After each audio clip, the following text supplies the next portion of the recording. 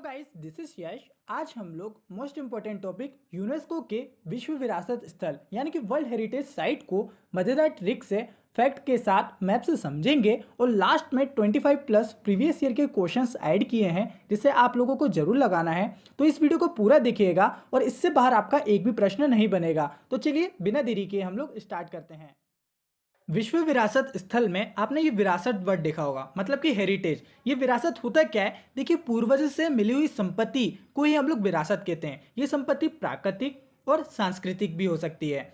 देखिए, सांस्कृतिक जो विरासत है ये दो प्रकार की होती है। टेंजिबल, जिसे हम लोग छू सकते हैं जैसे कि स्मारक, चित्र, मूर्ति, स्थल आदि, और दूसरे होते हैं इंटेंजिबल, जिसे हम लोग छू नहीं सकते हैं जैसे कि संगीत, नृत्य। इसको हम लोग देख सकते हैं लेकिन उसको छू तो नहीं सकते हैं ना, क्योंकि ये हमें विरासत में मिला है, हमारे पूर्वजों से विरासत में मिला है। तो हमारे विश्व में ऐसे कई सारी टेंजिबल साइट यानी कि स्थल पाए जाते हैं जिनकी सूची तैयार करी जाती है उनको विशेष सांस्कृतिक और भौतिक महत्व देने के लिए। और ये जो सूची तैयार करता है वो है यूनेस्को। यूनेस्को का फुल फॉर्म है United Nation educational, scientific and cultural organization. इसकी स्थापना 1945 में वर्ल्ड वॉर 2 के टाइम स्थायी शांति के निर्माण के साधन के रूप में मानव जाति की बौद्धिक और नैतिक एकजुटता को विकसित करने के लिए की गई थी। और इसका हेडक्वार्टर आपको पेरिस, फ्रांस में देखने को मिलेगा। हमारे भारत में यूनेस्को की 40 हेरिटेज साइट पाई जाती हैं, जिसमें से 32 कल्चरल, 7 नेचुरल और एक मिश्रित प्रकार की हेरिटेज साइट पाई जाती है। देखिए, इन हेरिटेज साइट का जो मेंटेनेंस करता है वो इंटरनेशनल वर्ल्ड हेरिटेज प्रोग्राम करता है और इसको एडमिनिस्टर यानी कि इसको प्रशासित करता है यूनेस्को। भारत में पहली जो हेरिटेज साइट बनी थी वो थी अजंता की गुफाएं, जो कि 1983 में इनको विश्व विरासत स्थल में शामिल किया गया था। और सबसे नई जो बनी है वो धोलावीरा, जो कि 2021 में ही बनी है। और इसके शामिल होते ही इंडिया सुपर 40 क्लब में शामिल हो गया है। मतलब कि अब इंडिया ब्राउन देश में शामिल हो चुका है। ब्राउन देश वह देश होते हैं जहां पर उनकी हेरिटेज साइट की संख्या 40 से ज़्यादा और 50 से कम होती है। वो सारे देश ब्राउन देश यानी कि कत्थई जो है देश कहलाते हैं। और जिन देशों की हेरिटेज साइट की संख्या 50 से अधिक होती है वो सारे देश पर्पल देश की कैटेगरी में आ जाते हैं। और सबसे ज़्यादा विश्व में हेरिटेज साइट आपको इटली में देखने को मिलेगी। उसके बाद चीन दूसरे नंबर पर है। भारत का स्थान यहाँ पर 6वां है। तो गाइस, ये थे कुछ बेसिक इंपॉर्टेंट पॉइंट। अब हम लोग यूनेस्को की साइट्स को एक एक करके याद करते हैं। तो देखिए, सबसे पहले बात करते हैं महाराष्ट्र की यूनेस्को की साइट्स के बारे में। तो ध्यान से सुनिए। देखिए, एक दिन छत्रपति शिवाजी येलो कलर के कपड़े पहने एलिफेंट पर जनता के साथ रास्ते से जा रहे थे, जैसा कि आप लोग इमेज में देख सकते हैं। तो अब आप लोग को महाराष्ट्र की यूनेस्को साइट याद हो चुकी है। कैसे? मैंने आपको बोला था एक दिन छत्रपति शिवाजी। तो देखिए, छत्रपति शिवाजी के नाम से ही एक यूनेस्को साइट है जिसका नाम है छत्रपति शिवाजी टर्मिनस। इसके बाद मैंने क्या बोला था? येलो कलर के कपड़े पहने एलिफेंट पर। तो एलिफेंट जो है वो येलो कलर के कपड़े पहना हुआ है, तो येलो से हो गया एलोरा की गुफाएं। और किस पर बैठे थे? एलिफेंट पर, तो एलिफेंट से हो गया एलिफेंटा की गुफाएं। और किसके साथ जा रहे थे? जनता के साथ, तो जनता से हो गया अजंता। और अब आप सब लोग जानते हैं कि छत्रपति शिवाजी को छत्रपति शिवाजी महाराज भी कहा जाता है। तो महाराज, महाराष्ट्र, मिलता जुलता वर्ड है ना, ऐसे आप लोग याद कर सकते हैं। तो चलिए अब हम लोग जो है एक एक करके इन साइट्स को समझते हैं, क्योंकि बहुत क्वेश्चन यहाँ से आपके एग्जाम में पूछे जाते हैं। अजंता की गुफाएं 1983 में यूनेस्को में शामिल होने वाला ये प्रथम स्थल था और ये महाराष्ट्र के औरंगाबाद जिले में स्थित है, जिसे औरंगजेब ने बसाया था। और ये 30 रॉक कट बुद्ध गुफाएं हैं, मतलब कि पत्थरों को काट के बनाई गई गुफाएं हैं। और ये सभी बौद्ध धर्म से संबंधित हैं और इनको संरक्षण दिया था सातवाहन वंश और बाकाटक वंश ने। और ये बागोरा नदी के पास स्थित है। और इन गुफाओं में आपको 4 चैत्य हॉल देखने को मिलेंगे और बाकी सब विहार देखने को मिलेंगे। चैत्य हॉल मतलब कि पूजा वाले स्थान, विहार मतलब कि रहने वाले, सोने वाले स्थान। और इन गुफाओं का उल्लेख फाहियान और हुएनसांग ने अपने ग्रंथों में भी किया है। एलोरा की गुफाएं ये मोनोलिथिक प्रकार की गुफाएं हैं, मतलब कि एक पत्थर को काट के बनाई गई गुफाएं हैं। ये आपको 34 रॉक कट गुफाएं देखने को मिलेंगी, जबकि आप लोग एनसीईआरटी में देखेंगे तो वहां पर आपको 32 गुफाएं देखने को मिलेंगी। तो मैंने आपको दोनों बता दिया। इनमें से 12 जो है वो बौद्ध धर्म से संबंधित, 17 जो है ब्राह्मण से संबंधित और 5 जैन गुफाएं हैं।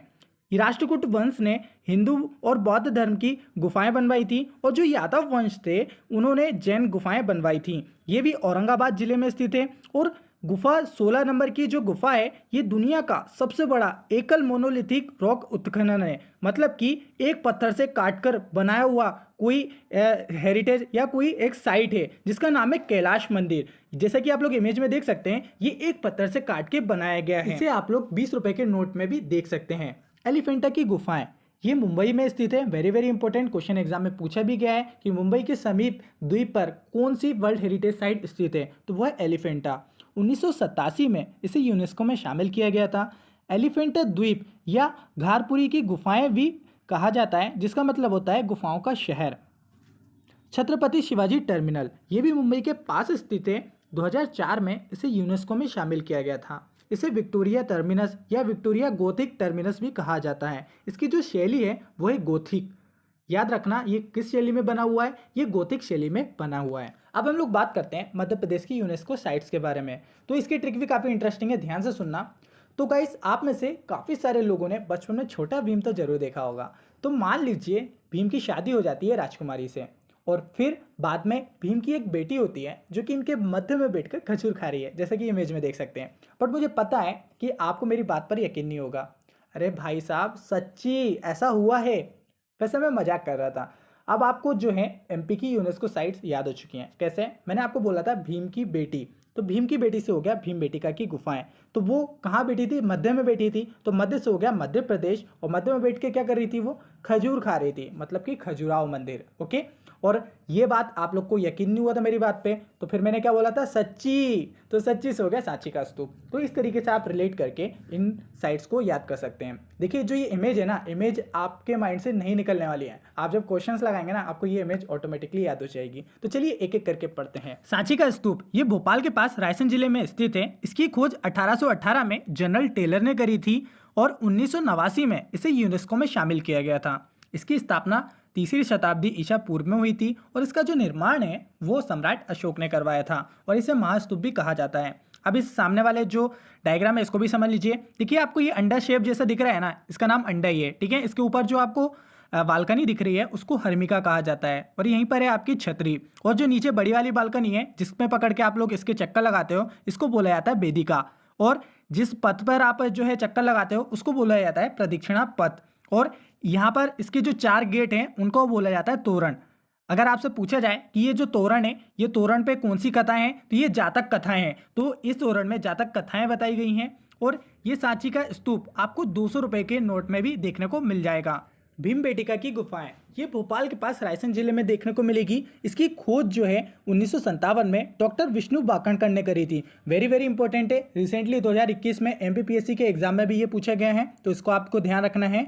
2003 में इसे यूनेस्को में शामिल किया गया था। लगभग ये जो है 10,000 साल पुरानी है और ये मध्य पाषाण काल में इनका निर्माण हुआ था। ये विंध्याचल पर्वत की तलहटी में स्थित है, मतलब कि जो विंध्यास रेंज है उनके फुट हिल्स में ये स्थित हैं।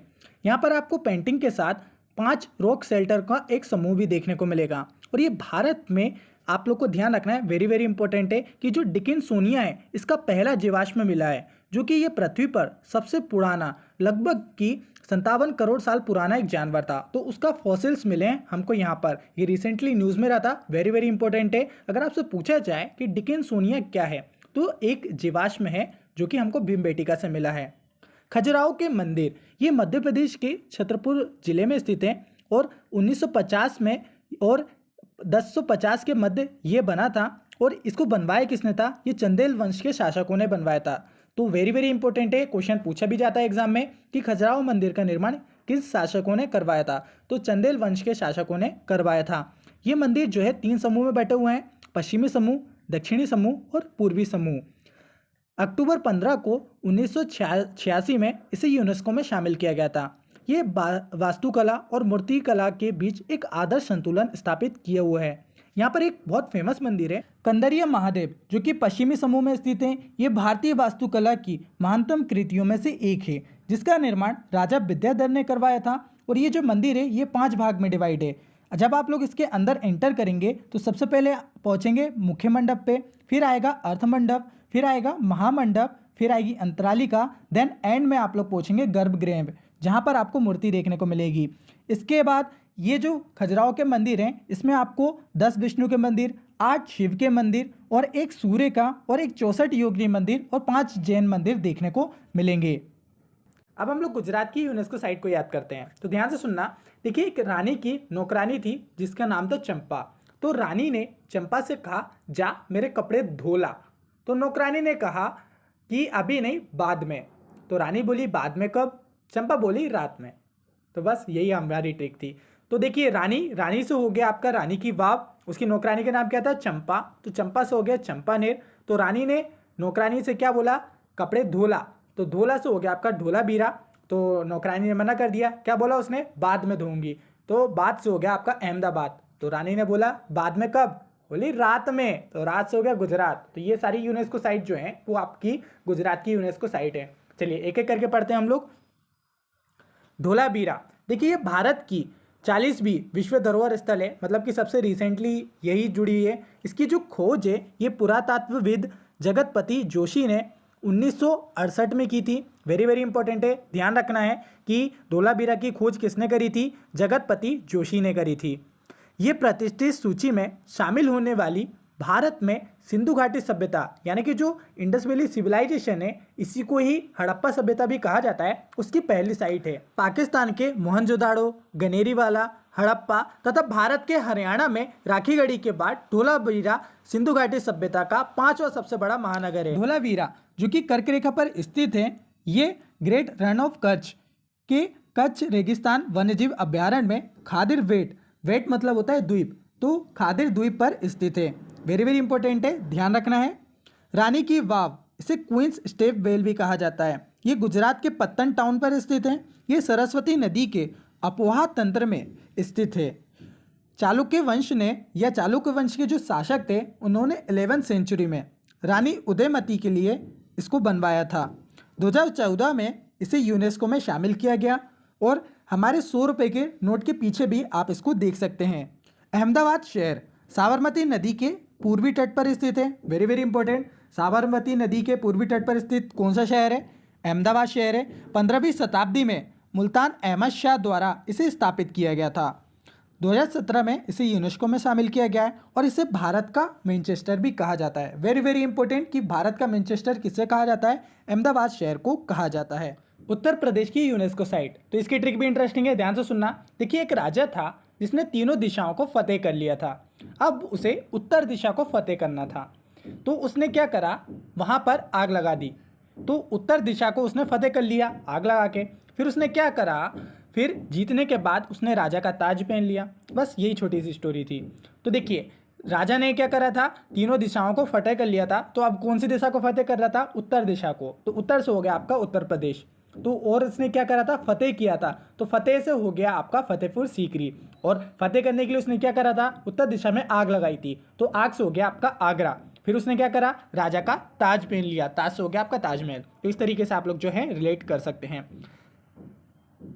आगरा का किला, देखिए 1983 में इसे यूनेस्को में शामिल किया गया था और इसको बनवाया था शाहजहां ने। देखिए, इसका काम तो स्टार्ट अकबर ने कर दिया था, लेकिन पूरी तरह से इसको बनवाया गया था शाहजहां ने। यहाँ पर आपको शीश महल देखने को मिलेगा और यहाँ पर आपको खास महल, दीवाने खास जो कि दर्शक हॉल है, और दीवाने आम भी देखने को मिल जाएगा। फतेहपुर सीकरी 1983 में इसे यूनेस्को में शामिल किया गया था। इसको सिटी ऑफ विक्ट्री भी कहा जाता है, जो कि मुगल शैली में बना हुआ है। अकबर के शासनकाल में इसको बनाया गया था और इसमें आपको पंचमहल, सलीम चिश्ती, बुलंद दरवाज़ा जो कि भारत का सबसे ऊंचा या सबसे बड़ा दरवाज़ा है, और ये जामा मस्जिद भी यहाँ पर आपको देखने को मिल जाएगी। उड़ीसा की यूनेस्को साइट, तो देखिए उड़ीसा जो शब्द है उसमें आपको आखिरी वर्ड देखेंगे तो वो दिशा वर्ड से मिलता जुलता है। और सूर्य जो है वो कौन सी दिशा से निकलता है? पूर्व दिशा से निकलता है। तो पूर्व भी क्या है? दिशा है। और दिशा वर्ड जो है वो उड़ीसा में भी मिला हुआ है। तो इस तरीके से आप लोग याद कर सकते हैं। तो ये जो सूर्य मंदिर है ये कहाँ पर है? उड़ीसा में स्थित है। इसको कोणार्क मंदिर भी कहा जाता है। थोड़ा डिटेल में पढ़ लेते हैं। सूर्य मंदिर, देखिए 1984 में इसे यूनेस्को में शामिल किया गया था। इसके गहरे रंग के लिए इसे ब्लैक पगोड़ा भी कहा जाता है। ये महानदी के डेल्टा पर पुरी जिला में स्थित है। इसको बनवाया किसने था? राजा नरसिंह देव प्रथम ने बनवाया था, जो कि पूर्वी गंग वंश से बिलोंग करते थे। और इन्होंने ये 13वीं शताब्दी में बनाया था। ये किस शैली में है? ये कलिंग शैली में निर्मित है और इसकी संरचना जो है वो रथ के आकार की है और इस रथ में लगभग आपको 12 जोड़ी पहिए देखने को मिलेंगे और इन पहियों को धूप घड़ी भी कहा जाता है। देखिए ये जो कोणार्क है, कोणार्क का अगर हम लोग संधि विच्छेद करेंगे तो कोण का मतलब होता है कोना, वो वाला एंगल वाला कोण नहीं है ये, ठीक है। यहाँ पर कोण का अर्थ है कोना और जो अर्क है, अर्क का अर्थ होता है सूर्य, मतलब कि सूर्य का किनारा। कोणार्क का अर्थ होता है सूर्य का किनारा। और इसको लेकर रविन्द्रनाथ टैगोर जी का एक कोट भी है, here the language of stone surpasses the language of man, मतलब कि यहाँ पर पत्थरों की भाषा मनुष्य की भाषा से बढ़कर है। और ये जो चक्र है या जो ये धूप घड़ी है ये आपको 10 रुपये के नोट के पीछे भी देखने को मिल जाएगी। बिहार की यूनेस्को साइट, तो देखिए इसकी ट्रिक भी इंटरेस्टिंग है। तो हुआ क्या, मैंने अपने दोस्त से बेट यानी कि शर्त लगाई, तो जो भी हारेगा वो जाएगा नाले में। तो भाई साहब मैं तो इस बेट को जीत गया और वो गया नाले में क्योंकि वो हार गया। तो देखिए इसमें ट्रिक कैसे है, देखिए मैंने क्या बोला था कि हम लोगों ने दोनों ने शर्त लगाई थी और जो भी हारेगा वो कहाँ जाएगा, वो जाएगा नाले में। तो देखिए वो गया था नाले में, तो वो गया नाले में, वो गया से हो गया आपका बोध गया, और कहाँ पर गया था, नाले में, नाले से हो गया नालंदा। और वो क्यों गया था, क्योंकि वो हार गया था, तो हार से हो गया आपका बिहार। तो इस तरीके से आप लोग याद कर सकते हैं। देखिए जो नालंदा यूनिवर्सिटी है इसका जो निर्माण करवाया था वो कुमार गुप्त ने करवाया था, क्योंकि इसका निर्माण गुप्त साम्राज्य में हुआ था और ये पटना के पास स्थित है। 2016 में इसे यूनेस्को में शामिल किया गया और ये बौद्ध संस्कृति से संबंधित है। बौद्ध गया जहाँ पर बुद्ध भगवान को जो है ज्ञान की प्राप्ति हुई थी, और यहाँ पर जो महाबोधि मंदिर है उसका निर्माण सम्राट अशोक ने करवाया था। तेलंगाना, यहाँ पर जो यूनेस्को साइट है वो है रामप्पा मंदिर, जो कि रिसेंटली ही ऐड हुई है। यहाँ पर जो रुद्रेश्वर मंदिर का निर्माण है ये 1213 ईस्वी में काकतीय साम्राज्य के शासनकाल में जो काकतीय राजा थे गणपति देव, उनका एक सेनापति था जिसका नाम था रेचा रला रुद्र, उसी ने ही इसका निर्माण करवाया था। और यहाँ पर जो स्थापित देवता है वह है रामलिंगेश्वर स्वामी, और ये जो है इसको रुद्रेश्वर मंदिर भी कहा जाता है। अब देखिए इसको याद करवाने की मुझे लगता है इतना ज़्यादा ज़रूरत नहीं है, लेकिन फिर भी आप लोग ऐसे याद कर सकते हो। राम जी के भजन आप लोगों ने सुने होंगे, तो ये जो भजन है ये भी एक प्रकार के क्या है, गाना तो है ना, गाना है, तो गाना से हो गया तेलंगाना, ठीक है। ऐसे आप लोग रिलेट कर सकते हैं। वेरी वेरी इंपॉर्टेंट है, रिसेंटली ऐड हुई है, एग्जाम में पूछे जा सकते हैं। दिल्ली के यूनेस्को साइट, तो इसकी ट्रिक भी काफ़ी इंटरेस्टिंग है, ध्यान से सुनिए। यह है मीना, ये मायूस बैठी है, क्यों, क्योंकि इसका दिल टूट गया। क्यों टूट गया, क्योंकि इसके बचपन का प्यार इसे भूल के गया रे। अरे मजाक कर रहा हूँ। देखिए ट्रिक किस प्रकार है, देखिए ये जो है मीना, मीना से हो गया आपका कुतुब मीनार। देखिए कुतुब मीनार में भी मीना वर्ड है ना, तो मीना से हो गया आपका कुतुब मीनार। तो ये कैसे बैठी है, मायूस होके बैठी है, मायूस। तो मायू वर्ड निकालिए, हुमायूं, मायू हुमायूं, तो हुमायूं का मकबरा भी आपको दिल्ली में देखने को मिलेगा। और ये जो दिल है, ये दिल का कलर कैसा होता है, वो होता है लाल। ओके, तो लाल से हो गया लाल किला, और दिल है तो दिल से हो गया दिल्ली। ये पूरा रिलेट कर रहा है ना, तो इस तरीके से आप लोग जो है याद कर सकते हैं। अब देखिए जो कुतुब मीनार है, कुतुब मीनार के सामने ही आपको एक गेट देखने को मिलेगा जिसको बोला जाता है अलाई दरवाजा। ओके, जो कि आपको इमेज में दिख रहा है। और ये जो अलाई दरवाजा है ये कुतुबुद्दीन ऐबक ने ही बनवाया था। और ये जो कुतुब मीनार है इसको जो शुरुआत करी थी या इसको नींव जो रखी थी वो कुतुबुद्दीन ऐबक ने ही रखी थी। फिर इल्तुतमिश ने इसे पूरा करवाया था। फिर जो फिरोज शाह तुगलक था उसने आखिरी वाली मंजिल पे इसको कंप्लीट करवा दिया था। देन एक क्वेश्चन और पूछा जाता है कि जो 2.5 दिन का झोपड़ा या जो 2.5 दिन का झोपड़ा है उसको किसने बनवाया था, तो उसको बनवाया था कुतुबुद्दीन ऐबक ने, और उसका जो डिज़ाइन तैयार करा था वो अबू बकर हैरत ने करा था। वेरी वेरी इंपॉर्टेंट है, ध्यान रखना। तो अलाई दरवाजा और अलाई दिन का झोपड़ा, इन दोनों में कंफ्यूज मत होना, दोनों अलग अलग स्थान पर हैं। जो 2.5 दिन का झोपड़ा है ये आपको जो है राजस्थान में देखने को मिलेगा, और जो अलाई दरवाजा है ये जस्ट आपको कुतुब मीनार के सामने ही देखने को मिल जाएगा। लाल किला, जिसे शाहजहां द्वारा निर्मित किया गया था, ये पर्शियन, तिमूर और भारतीय वास्तुकला का एक अच्छा उदाहरण है, और ये आपको 500 रुपये के नोट में भी देखने को मिल जाएगा। हुमायूं का मकबरा, ये 1570 में बना था। ये भारतीय उपमहाद्वीप का पहला गार्डन कब्र है, मतलब कि पार्क पर बना जो है पहली कब्र है। राजस्थान की यूनेस्को साइट, तो अब इसको हम लोग याद करते हैं। स्टोरी ध्यान से सुनना। तो सामने आपको दिख रहे होंगे ये हैं पंडित जी। तो पंडित जी क्या करते हैं, देवताओं की पूजा करते हैं, मतलब कि देव की पूजा करते हैं, और पूजा करते टाइम क्या करते हैं, मंत्र पढ़ते हैं, मंत्र वगैरह पढ़ते हैं ना। और फिर जब ये मंत्र पढ़ते हैं, पूजा हो जाती है, तो पूजा के बाद क्या बोलते हैं हम लोग, सब लोग जयकारा लगाते हैं, मतलब कि जय बोलते हैं ना। और जब जयकारा लगा लिया उसके बाद क्या मिलना है, प्रसाद मिलना है। प्रसाद में क्या मिलते हैं, प्रसाद में केले भी मिलते हैं। ओके, तो यही हमारी ट्रिक है। तो सबसे पहले मैंने क्या बोला था, पंडित जी किसकी पूजा करते हैं, देव की पूजा करते हैं। तो देव से हो गया केवला देव नेशनल पार्क, जो कि राजस्थान में ही है। और ये जो है एक रामसर साइट भी है, और ये रामसर साइट के मॉन्ट्रेक्स रिकॉर्ड में शामिल है। वेरी वेरी इंपॉर्टेंट है कि मॉन्ट्रेक्स रिकॉर्ड में कौन सी साइट है, वो है केवला देव नेशनल पार्क, जो कि एक रामसर साइट है। दूसरी आपको लोकटक रामसर साइट, जो कि मणिपुर में देखने को मिल जाएगी। ओके, वेरी वेरी इंपॉर्टेंट है, ध्यान रखना। तो पंडित जी ने देव की पूजा कर ली, फिर क्या करते हैं, वो पूजा करते टाइम मंत्र पढ़ते हैं। तो जंतर मंतर, ये हो गई आपकी दूसरी जो है हेरिटेज साइट या यूनेस्को साइट राजस्थान की।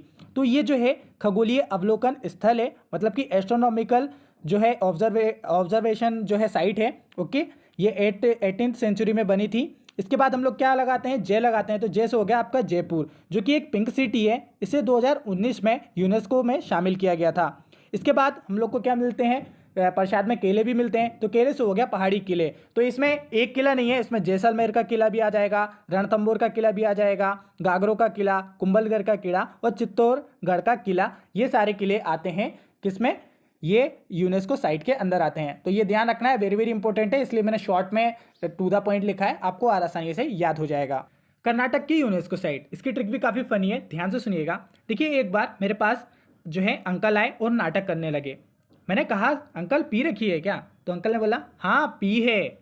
तो बस यही आपकी ट्रिक है। तो अंकल से हो गया आपका पट्टाकल के स्मारक। पट्टाकल, कहीं पर आपको पत्ताकल भी देखने को मिलेगा, कहीं पर आपको पदकल भी लिखा हुआ देखने को मिलेगा। तो ध्यान रखना, ठीक है। हमारा जो वर्ड है वो कल पकड़िए, अंकल से पद्दाकल, ठीक है, या पट्टाकल। तो पट्टाकल के स्मारक हो गए। और मैंने अंकल से पूछा था अंकल पी रखी है क्या, तो अंकल ने क्या बोला था, हाँ पी रखी है। हाँ पी से हो गया हम्पी। ओके, और वो क्या कर रहे थे, नाटक कर रहे थे, और नाटक से कर्नाटक, इस तरीके से आप लोग याद कर सकते हैं। बात करते हैं हम्पी के बारे में। तो देखिए 14th और 16th सेंचुरी में इसका निर्माण हुआ था, और ये जो है 14वीं सदी में विजयनगर साम्राज्य की राजधानी रहा था। ये तुंगभद्रा नदी के समीप आपको देखने को मिलेगा। ये द्रविड़ शैली में बना हुआ है। वेरी वेरी इंपॉर्टेंट कि कौन सी शैली में बना हुआ है, द्रविड़ शैली में बना हुआ है। और यहाँ पर आपको हिंदू और जैन दोनों धार्मिक का केंद्र रहा था ये हम्पी। ओके, यहाँ पर आपको विरूपाक्षी मंदिर भी देखने को मिलेगा। और इसको बनवाया किसने था, ये देव राया ने बनवाया था। वेरी वेरी इंपॉर्टेंट है, किसने बनवाया था, देव राया ने बनवाया था, जो कि विजयनगर साम्राज्य के सम्राट थे। और यही हम्पी, यहाँ पर जो एक रथ है वो आपको 50 रुपए के नोट के पीछे भी देखने को मिल जाएगा। तमिलनाडु की यूनेस्को साइट, तो यहाँ पर दो यूनेस्को साइट हैं, चोल मंदिर और महाबलीपुरम। तो इसको कैसे याद करें, तो देखिए जो हनुमान जी हैं उनको क्या बोला जाता है, महाबली बोला जाता है। और जब भी आपको उनसे मिलने जाना है तो चोला लेके तो जाना पड़ेगा, क्योंकि उनको चोला चढ़ता है। तो देखिए ऐसे आप लोग याद कर सकते हो। तो हनुमान जी को क्या कहा जाता है, महाबली कहा जाता है। तो महाबली से महाबलीपुरम। ओके, और अगर उनसे मिलना है, मिलना से हो गया आपका तमिलनाडु, और जब आप मिलोगे तो उनको क्या चढ़ाओगे, चोला। तो चोला से हो गया चोला मंदिर। ओके, महाबलीपुरम इंपॉर्टेंट इसलिए है क्योंकि यहाँ पर जो है इनफॉर्मल समिट हुई थी चाइना के प्रधानमंत्री और हमारे प्रधानमंत्री के बीच में। और ये जो है पल्लव राजाओं ने बनवाई थी 7वीं और 8वीं शताब्दी में। ठीक है, याद रखना है कि किसने बनवाया था, ये पल्लव राजाओं ने बनवाया था महाबलीपुरम। ठीक है, बस इतना याद रखना। गोवा की यूनेस्को साइट, तो ये गोवा के जो चर्च हैं उनको यूनेस्को साइट में शामिल किया गया है, ये जिनकी इमेज आप लोग देख सकते हैं। इसके बाद बात करते हैं चंडीगढ़। चंडीगढ़ की जो यूनेस्को साइट है वो है कैपिटल कॉम्प्लेक्स, जो कि ले कॉर्ब्यूशियर ने बनाई थी। तो इनका नाम थोड़ा अजीब है, प्रोनाउंसिएशन अपने हिसाब से देख लेना। ये एक फ्रेंच आर्किटेक्चर थे, इन्होंने ये बनवाया था। तो इनको इतना ज़्यादा याद करने की जरूरत नहीं है, बस ये अजीब सा नाम है, आपको ऑटोमेटिकली आपने मैप में देख लिया ना, क्वेश्चन के टाइम आपको याद आ जाएगा। अगला आता है आपका असम की UNESCO site. Very very important है, ये नेचुरल साइट है। अब हम लोग नेचुरल साइट्स को पढ़ रहे हैं, हमारी कल्चरल साइट कंप्लीट हो चुकी हैं। तो यहाँ पर दो हैं, मानस और काजीरंगा। तो देखिए इसको कैसे याद करें, वैसे ये आपको मोस्टली लोगों को पता ही रहता है, लेकिन फिर भी मैं आपको याद करवा दे रहा हूँ क्योंकि मेरा काम है। तो देखिए एक मनुष्य था, उसने अपने घर में शाम के टाइम रंगारंग पार्टी रखी थी। ओके, ऐसे आप याद कर सकते हैं। मनुष्य से हो गया मानस, और उसने शाम से हो गया असम, और रंगारंग पार्टी रखी थी तो रंगा से हो गया काजीरंगा। ओके, ऐसे याद कर सकते हैं। डिटेल में देखिए मानस, ये जो मानस नेशनल पार्क है ये एक मानस वन्यजीव अभ्यारण्य भी है, ये एक टाइगर रिजर्व भी है, और ये एक एलिफेंट रिजर्व भी है, और ये एक बायोस्फीयर भी है। वेरी वेरी इंपॉर्टेंट, कितना इंपॉर्टेंट है, यहाँ से एक क्वेश्चन आपके एग्जाम में बनता है। ये हिमालय के तलहटी में भी स्थित है, मतलब कि हिमालय के फुट हिल्स में स्थित है। यहाँ पर टाइगर पाया जाता है और कई सारी एंडेंजर्ड स्पीसीज जैसे कि इंडियन एलिफेंट, पिग्मी हॉग, यहाँ पर पाए जाते हैं। 1985 में इसे यूनेस्को में शामिल किया गया था। अब बात करते हैं काजीरंगा के बारे में। ये ब्रह्मपुत्र नदी के पहाड़ मैदान पर स्थित है। ये एक नेशनल पार्क भी है और 1985 में इसे यूनेस्को में शामिल किया गया था। इसके बाद अगला पॉइंट बहुत इंपॉर्टेंट है कि यहाँ पर एक सींग वाला गेंडा पाया जाता है, यानी कि ये राइनो के लिए फेमस है। तो एक सींग वाला गेंडे के लिए कौन सा नेशनल पार्क फेमस है? काजीरंगा नेशनल पार्क फेमस है। उत्तराखंड की यूनेस्को साइट, तो यहाँ पर आपको नंदा देवी और फूलों की घाटी यानी कि valley of flower national park देखने को मिलेगा। तो देखिए ये चमोली डिस्ट्रिक्ट में स्थित है। ये बायोस्फीयर रिजर्व भी है। इसे 1988 में यूनेस्को में शामिल किया गया था। अब देखिए अगला पॉइंट इंपॉर्टेंट है कि 2005 में इसका जो नाम बदलकर नंदा देवी और फूलों की घाटी रख दिया गया था। मतलब कि नंदा देवी और फूलों की घाटी जो है ये अलग अलग नहीं है, इनका नाम एक साथ बोला जाता है। मतलब कि ये एक ही स्थान पर है, एक ही जैसे हैं, जिसकी इमेज आप लोग देख सकते हो। तो इनको याद करवाने की इतनी ज़रूरत तो नहीं है, आप लोग को मोस्टली लोगों को पता ही रहता है कि उत्तराखंड में है नंदा देवी या valley of flower national park. फिर भी अगर याद करना चाहो तो ऐसे याद कर सकते हो, नंदा देवी में देवी वर्ड निकालिए और देवी को क्या चढ़ते हैं? फूल चढ़ते हैं, ठीक है। और ये जो उत्तराखंड है ये किस साइड है? उत्तर साइड है। तो इस तरीके से उत्तर में जो देवी हैं आप ऐसे रिलेट कर सकते हो कुछ ना कुछ, ओके, अपने हिसाब से देख लेना। पश्चिम बंगाल, यहाँ पर आपको देखने को मिलेगा सुंदरवन। इसको कैसे याद करें? देखिए आपने छोटे छोटे बच्चे देखे होंगे, उनके गाल कितने सुंदर होते हैं ना। तो गाल से हो गया आपका पश्चिम बंगाल और सुंदर होते हैं तो सुंदर से हो गया सुंदरबन। काफ़ी इंपॉर्टेंट है। इसे 1947 में यूनेस्को में शामिल किया गया था। ये सब कुछ है, जैसे कि ये विश्व का सबसे बड़ा डेल्टा भी है, ये विश्व का सबसे बड़े मैंग्रोव भी है। यहाँ पर जो मैंग्रोव है ना उन्हें सुंदरी नाम से बोला जाता है, इसलिए इसका नाम सुंदरबन पड़ा। ये एक टाइगर रिजर्व भी है, ये एक राष्ट्रीय उद्यान भी है, ये एक बायोस्फीयर रिजर्व भी है और ये एक रामसर साइट भी है, ओके। ये रॉयल बंगाल टाइगर के लिए जाना जाता है। यहाँ पर इंडेंजर्ड स्पीसीज है मगरमच्छ और गंगा की डॉल्फिन। याद रखना, वेरी वेरी इंपॉर्टेंट है। सुंदरवन कहाँ पर है? पश्चिम बंगाल पर है। हिमाचल प्रदेश, तो ये जो है यहाँ पर आपको ग्रेट हिमालय राष्ट्रीय उद्यान देखने को मिलेगा, जिसको 2014 में यूनेस्को में शामिल किया गया था। तो इसको याद करवाने की जरूरत नहीं है, दोनों में हिमा वर्ड आप मिला लेंगे तो याद हो जाएगा। सिक्किम, सिक्किम में आपको देखने को मिलेगा कंचनजंगा, जो कि मिश्रित एक ही मिश्रित यूनेस्को साइट है हमारे इंडिया में, वो है कंचनजंगा। और कंचनजंगा भारत की सबसे ऊंची चोटी है, ये भी आपको मालूम है, ठीक है। तो इसको याद करवाने की ज़रूरत नहीं है, आपको ऑब्वियसली पहले से ही याद होगी। इसको 2016 में यूनेस्को में शामिल किया गया था। इसके बाद आती है पश्चिमी घाट। तो हमारा जो पूरा पश्चिमी घाट है उसको 2012 में यूनेस्को में शामिल किया गया था और इसे सह्याद्री पर्वत भी कहा जाता है। विश्व के 10 में से जो जैव विविधता हॉटस्पॉट होते हैं उनमें से एक है वेस्टर्न घाट। इसमें आपके कौन कौन से राज्य आते हैं? महाराष्ट्र आता है, गोवा आता है, कर्नाटक, केरला और तमिलनाडु, ऐसे आप लोग याद कर सकते हैं। इसके बाद आती है भारतीय पर्वतीय रेलवे, जिसमें आता है कालका शिमला, नीलगिरी और दार्जिलिंग। ये तीनों आपको ध्यान रखना है। तीनों राज्य कौन कौन से हैं? तमिलनाडु, पश्चिम बंगाल और हिमाचल प्रदेश। तो ये थी हमारी यूनेस्को साइट। मैंने बहुत ही सिंपल वे में आपको समझाने की कोशिश करी है। तो गाइस हम लोगों ने पूरी साइट्स कवर कर ली हैं। दो चीज मैं आपके लिए पर्सनली रिकमेंड करूंगा। एक है डू यू नो, आप यूट्यूब पे सर्च करना डू यू नो, उसके आगे दूरदर्शन लिख देना तो आपको एक डॉक्यूमेंट्री सीरीज आ जाएगी, तो ये आप लोगों को देख लेना है। और दूसरी सीरीज है बिल्डिंग ब्लॉक ऑफ भारत, तो ये राज्यसभा ने चलाई थी। तो आपको ये दोनों पर्सनली रिकमेंड करूंगा, आप इन दोनों को देख लीजिए। इन्होंने बहुत अच्छे से एनिमेशन से ये जितनी भी साइट्स है ना वो सब समझाया है। और अगर आप लोगों ने मेरी वीडियो को अच्छे से देखा है और उसके बाद ये दोनों वीडियो देख लेते हैं ना, आपका एक भी क्वेश्चन एक तो बाहर नहीं आएगा। और जितने भी यूपीएससी वाले और पीसीएस वाले हैं उनको तो ये सीरीज देख ही लेना चाहिए। और इसको देखने के बाद आपका जो नॉलेज है ना वो नेक्स्ट लेवल पे पहुंच जाएगा, आप इस टॉपिक को किसी को पढ़ा सकोगे। तो इसको आप जरूर देख लेना। तो अब हम लोग टेस्ट लगाते हैं, देखते हैं कि आप लोगों ने कितने अच्छे से इस लेक्चर को देखा है। तो चलिए स्टार्ट करते हैं। तो पहला क्वेश्चन है हमारा, काजीरंगा किस लिए जाना जाता है? तो ये गेंडे के लिए जाना जाता है। काजीरंगा राष्ट्रीय उद्यान कहाँ स्थित है? तो ये असम में स्थित है। केवलादेव घाना पक्षी विहार कहाँ पर स्थित है? ये राजस्थान में, लेकिन मैंने आपको जिला नहीं बताया था, ये राजस्थान के भरतपुर जिले में स्थित है, ध्यान रखना। नंदा देवी जीव मंडल यानी कि जो नंदा देवी बायोस्फीयर रिजर्व है ये किस राज्य में स्थित है? ये उत्तराखंड में स्थित है। अगला क्वेश्चन है हमारा, मानस पशु विहार यानी कि जो मानस नेशनल पार्क है तो वो किस राज्य में स्थित है? तो हमारी ट्रिक याद रखना, जो मनुष्य था उसने शाम को क्या रखी थी? रंगारंग पार्टी रखी थी। शाम मतलब असम, तो असम इसका आंसर सही रहेगा। अभ्यारण्य राइनो के लिए जाना जाता है। राइनो मतलब कि एक सींग वाला जो गेंडा है उसके लिए जाना जाता है, तो काजीरंगा। किस राज्य में राष्ट्रीय उद्यान यानी कि वैली ऑफ फ्लावर स्थित है? तो ये उत्तराखंड में है। हम लोगों ने पढ़ा था नंदा देवी और बेली ऑफ फ्लावर को 2005 में एक कर दिए गए हैं। काजीरंगा राष्ट्रीय उद्यान किसके लिए जाना जाता है? तो गेंडे के लिए जाना जाता है। वेरी वेरी इंपॉर्टेंट है। कोणार्क मंदिर, जिसे हिंदू वास्तुकला के अद्भुत नमूनों वाला प्रसिद्ध सूर्य देवता का मंदिर कहा जाता है, किस राज्य में है? ये उड़ीसा राज्य में है। ट्रिक से भी याद कर सकते हो, सूर्य कहाँ से उगता है? पूर्व दिशा से उगता है, तो दिशा वर्ड आपको उड़ीसा में भी देखने को मिलेगा। कोणार्क का को जो है काला पेगोड़ा किस देवता को समर्पित है? तो ये किस देवता को समर्पित है? तो ये जो है ये सूर्य देवता को समर्पित है। महाबलीपुरम के रथों मंदिरों का निर्माण कराया था, तो किसने करवाया था? पल्लवों ने करवाया था। एलोरा में प्रसिद्ध शिव मंदिर का निर्माण किसने करवाया था? तो हम लोगों ने पढ़ा था राष्ट्रकूटों ने बनवाया था। तो राष्ट्रकूट जो है वो और कहीं आपको नहीं देखने को मिलेगा, सिर्फ सी ऑप्शन में देखने को मिलेगा। ओके, तो इस तरीके से भी आप लॉजिक लगा के आंसर सही कर सकते हैं। खजुराहो स्थित मंदिर का निर्माण का श्रेय किसको जाता है? तो वो चंदेलों को जाता है। 2.5 दिन का झोपड़ा का निर्माण किसने करवाया था? कुतुबुद्दीन ऐबक ने करवाया था। महाबलीपुरम का रथ मंदिर किसने बनवाया था? तो महाबलीपुरम का रथ मंदिर किसने बनवाया था? तो वो थे पल्लव राजा। तो पल्लव राजा में कौन था? तो इसका सही आंसर है नरसिंह वर्मन ने। ठीक है, तो ये मैं वहां पर फैक्ट नहीं बता पाया था, यहाँ पर आप ध्यान रखना किसने करवाया था? नरसिंह वर्मन ने कराया था। एलोरा के पहाड़ी मंदिर किसने बनवाए थे? तो एलोरा के जो पहाड़ी मंदिर है वो राष्ट्रकूटों ने बनवाए थे, ध्यान रखना है, वेरी वेरी इंपॉर्टेंट।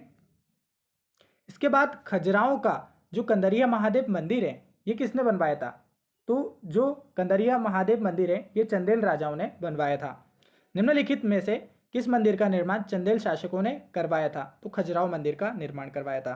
कोणार्क मंदिर का निर्माण किस वंश के शासकों ने करवाया था? पूर्वी गंग वंश के शासकों ने करवाया था। एलोरा के कैलाश मंदिर का निर्माण या कैलाश मंदिर का जो निर्माण है किस वंश के शासक ने करवाया था? राष्ट्रकूट वंश के शासक ने करवाया था। बोध गया स्थित प्रसिद्ध महाबोधि मंदिर का निर्माण किस शासक ने करवाया था? अशोक ने करवाया था। मैंने आपको बताया था सांची का जो महान स्तूप है ये किस राज्य में है? मध्य प्रदेश में है, भोपाल जिले में। भोपाल जिले के पास रायसेन जिले में है। राष्ट्रकूटों द्वारा जो है एलोरा पहाड़ियों में निर्मित गुफा मंदिर कहाँ पर स्थित है? तो ये जो है औरंगाबाद जिले में स्थित है। 2.5 दिन का झोपड़ा ये क्या है? 2.5 दिन का झोपड़ा जो है एक मस्जिद है। बुद्ध को प्रबोध कहाँ पर हुआ था? तो वो बोध गया में हुआ था। कुतुब मीनार का निर्माण किसने करवाया था? कुतुबुद्दीन ऐबक ने करवाया था। सांची का स्तूप का निर्माण करवाने वाला राजा कौन था? अशोक था। आगरा स्थित लाल किला किसने बनवाया था? तो प्रसिद्ध एलिफेंटा की गुफाएं स्थित हैं। तो कहाँ पर है एलिफेंटा की गुफाएं? ये मुंबई के समीप स्थित हैं। पुष्कर झील वैसे राजस्थान पर है, ये मैंने आपको पढ़ाया नहीं है। कुतुब मीनार का निर्माण किस शासक ने पूरा करवाया था? तो जो फिरोज शाह तुगलक है उसने पूरा करवाया था। ठीक है, स्टार्ट कुतुबुद्दीन ऐबक ने करा था, फिर इल्तुतमिश ने उसको जो है और मंजिल बनाई थी, और फाइनली जो फाइनल टच दिया था वो फिरोज शाह तुगलक ने दिया था। भारत में नालंदा विश्वविद्यालय किस राज्य में स्थित है? तो नालंदा विश्वविद्यालय बिहार में स्थित है। इसके बाद हमारा अगला क्वेश्चन है, ताजमहल के बारे में निम्नलिखित में से कौन सा तथ्य सही नहीं है? तो ये एक भव्य मकबरा है, बिल्कुल सही है। इसका निर्माण शाहजहां ने करा था, बिल्कुल सही है। ये आगरा कोर्ट के बाहर स्थित है, ये भी बिल्कुल सही है। इन पर उन कारीगरों का नाम उत्कीर्ण है जिन्होंने इसका निर्माण किया था, ये बिल्कुल गलत है। तो डी ऑप्शन इसका सही हो जाएगा। सांची स्तूप का निर्माण किसने कराया था? अशोक ने करवाया था। महाबलीपुरम में रथों मंदिरों का निर्माण किसके द्वारा कराया गया था? पल्लवों के द्वारा किया गया था। ठीक है, तो गाइस ये थे इंपॉर्टेंट क्वेश्चन हमारे। आई होप आपको अच्छे से समझ में आया होगा। मैंने बहुत सिंपल तरीके से समझाने की कोशिश करी है। यूट्यूब में आपको इस तरह का वीडियो भी नहीं देखने को मिलेगा, तो आप अपने दोस्तों के साथ इसको जरूर शेयर करिए ताकि उनको भी इस वीडियो का बेनिफिट मिल सके। इसी तरह की मैं वीडियो आपके लिए लाते रहता हूँ, और चैनल पर नए हो तो चैनल को सब्सक्राइब कर सकते हो, फायदा आपका ही है, इसमें हमारा घाटा कुछ नहीं है। तो मिलते हैं अगले वीडियो में, तब तक के लिए जय हिंद, जय भारत।